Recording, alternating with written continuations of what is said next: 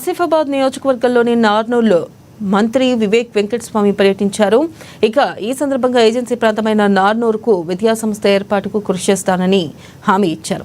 అనంతరం కొలందారి ఎంపల్లి ప్రాజెక్టులపై ఇరిగేషన్ మంత్రితో మాట్లాడి మంజూరు చేస్తారని పేర్కొన్నారు. ఈ కార్యక్రమంలో సుగుణ, శ్యామ్ నాయక్, గజానంద్, పరమేశ్వర్, సురేష్ పాల్గొన్నారు.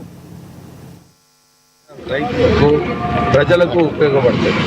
సో వాళ్ళ రిప్రజెంటేషన్ ఏదైతే ఇచ్చారో ఇక్కడ విద్య కోసం కూడా ఒక మంచి కాలేజు పాఠశాల కావాలని వారు కోరినారు. రాష్ట్ర ప్రభుత్వం ఏదైతే విద్య కోసం ప్రాధాన్యత ఇస్తుందో ఇంటిగ్రేటెడ్ స్కూల్స్ అన్ని చోట్ల కూడా కడుతున్నారు. ఈ ప్రాంతంలో ఇంటిగ్రేటెడ్ స్కూల్ ప్రపోజల్ లేదంట. అయితే ఏదైతే అవసరం మీ కాన్సెప్ట్ ఆసిఫాబాద్ దూరం కదా, అయితే ఇక్కడ ఈ ప్రాంతానికి ఒక విద్యా సంస్థ పెట్టే అవసరం ఉన్నది. నేను మాట్లాడతా దాని గురించి. దాంతోపాటు ఈ కొలందారి ప్రాజెక్టు, ఏంపల్లి ప్రాజెక్టు, ఈ రెండు కూడా ఈ ఈ మండలికి అవసరం. నేను దాని గురించి కూడా ఇరిగేషన్ మంత్రితో చర్చించి ఏదో ఒక ప్రాజెక్ట్ అయితే శాంక్షన్ చేపించి ప్రజలకు ఇక్కడ ఉపయోగపడేలాగా చేస్తాము.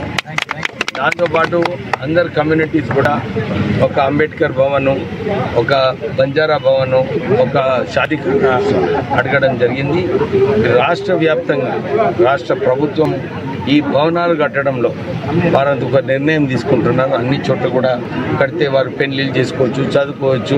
ఒక మంచి వాతావరణం క్రియేట్ చేయడానికి ఈ భవనాలు అవసరము.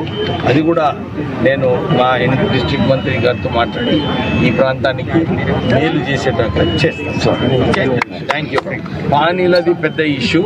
మొన్న కూడా ముఖ్యమంత్రి గారు ఈ సమస్య గురించి ఇనిషియల్ చర్చ చేసినారు.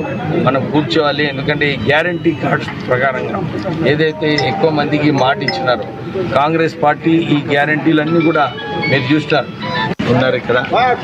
వారితో చర్చించి ఈ